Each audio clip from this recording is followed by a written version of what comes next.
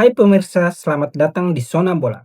Selama beberapa menit ke depan, kami akan memandu Anda dalam berita menarik tentang sepak bola, update transfer pemain bola, serta perkembangan terkini dari klub-klub besar lainnya.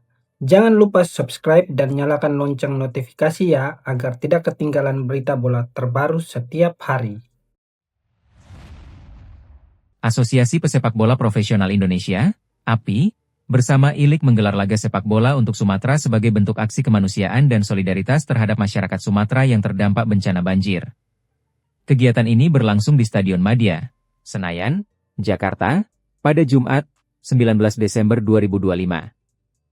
Acara tersebut dikemas dalam bentuk fun football match yang mempertemukan sejumlah mantan pemain sepak bola profesional lintas generasi, pelaku industri sepak bola, hingga tokoh-tokoh yang memiliki kontribusi besar bagi perkembangan sepak bola nasional. Laga persahabatan ini menjadi sarana penggalangan solidaritas sekaligus ajakan kepada masyarakat luas untuk ikut membantu korban banjir di berbagai wilayah Sumatera.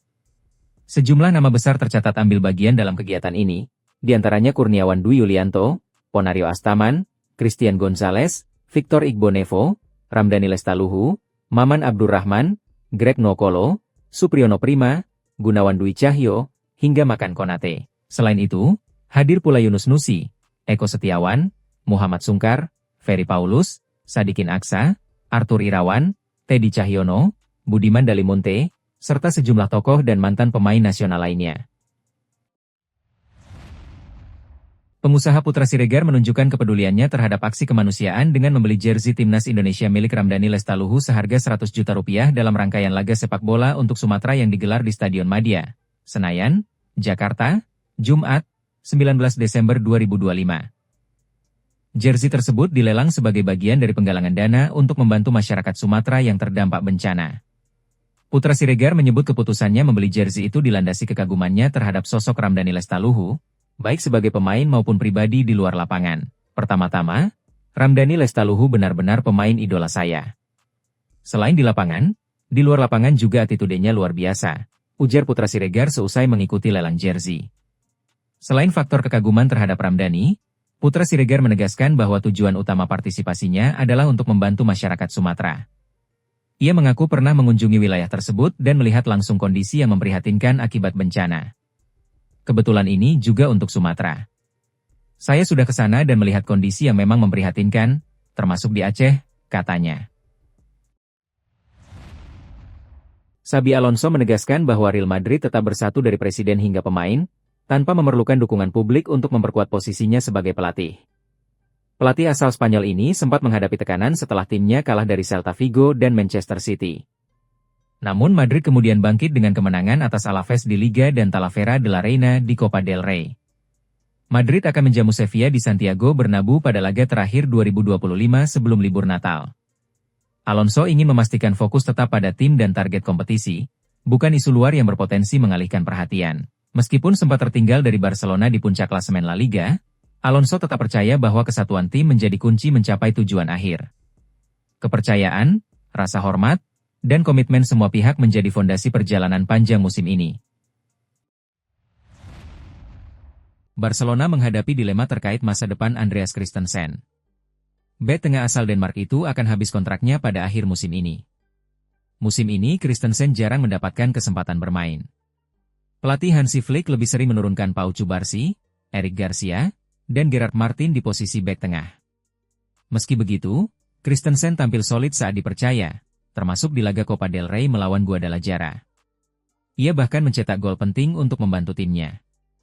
Situasi kontrak yang belum diperpanjang membuat masa depan Christensen menjadi spekulatif. Namun pemain 29 tahun itu menegaskan keinginannya untuk tetap bertahan di Barcelona. Scott McTominay menegaskan bahwa kesuksesan pemain yang meninggalkan Manchester United tidak selalu berarti klub gagal. Gelandang asal Skotlandia itu menilai banyak orang terlalu mudah menyalahkan setan merah ketika mantan pemain tampil gemilang di klub lain. Setelah meninggalkan Old Trafford, McTominay berhasil membawa Napoli meraih gelar Liga dan dinobatkan sebagai Most Valuable Player Serie A musim lalu. Fenomena serupa juga terlihat pada Rasmus Højlund, Antony, dan Marcus Rashford, yang kini tampil impresif di klub baru mereka. Menurut McTominay, semua itu lebih soal kepercayaan diri daripada mitos sulit bersinar di United. Ia menekankan, Prestasi di klub lain tidak otomatis menunjukkan kegagalan Manchester United sebagai institusi. Meski begitu, McTominay menegaskan dukungan klub selama ia di Old Trafford sudah maksimal. Nutrisi, pelatihan, hingga aspek taktis telah disiapkan untuk memaksimalkan performa pemain, kata ex-gelandang United ini. Ruben Amorim menegaskan bahwa ia tidak melihat adanya masalah serius dari kejadian tersebut. Ia menyebut tidak ada urgensi untuk membicarakan insiden itu secara khusus dengan Mainono. Amorim juga memastikan bahwa keputusan teknisnya sama sekali tidak dipengaruhi oleh aksi anggota keluarga sang pemain. Bukan Kobie yang mengenakan kaos itu. Dia tidak akan menjadi starter karena kaos itu, tetapi dia juga tidak akan duduk di bangku cadangan karena kaos itu.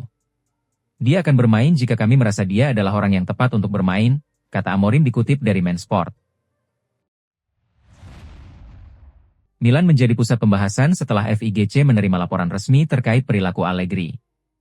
Jaksa FIGC, Giuseppe Cine, telah mengantongi dokumen awal mengenai insiden tersebut. Laporan itu menyoroti adu kata antara Allegri dan asisten pelatih Napoli, Gabriele Oriali. Insiden terjadi di menit akhir pertandingan saat suasana laga berada pada titik paling tegang. Menurut La Gazzetta dello Sport, inspektur FIGC yang berada di stadion menyaksikan langsung kejadian tersebut. Temuan mereka kemudian dituangkan dalam laporan resmi untuk ditindaklanjuti. Menjadi superstar sepak bola dunia ternyata tak membuat Harry Kane lepas dari tekanan di rumah.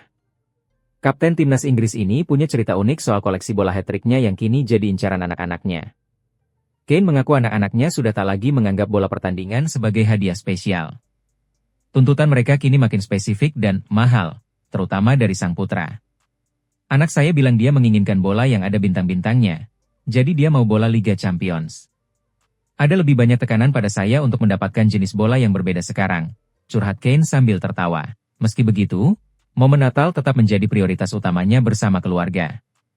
Di tengah jadwal padat Bundesliga, Kane berusaha menjadi ayah yang baik dan membawa keceriaan di rumah. PSSI selangkah lagi menetapkan pelatih baru untuk timnas Indonesia. Federasi Sepak Bola Nasional kini mengerucutkan pilihan kepada sosok asal Inggris, John Hartman, yang disebut sebagai kandidat terkuat untuk mengisi kursi pelatih kepala. Kepastian itu disampaikan anggota Exco PSSI, Endri Irawan, yang mengungkapkan bahwa proses seleksi telah memasuki tahap akhir.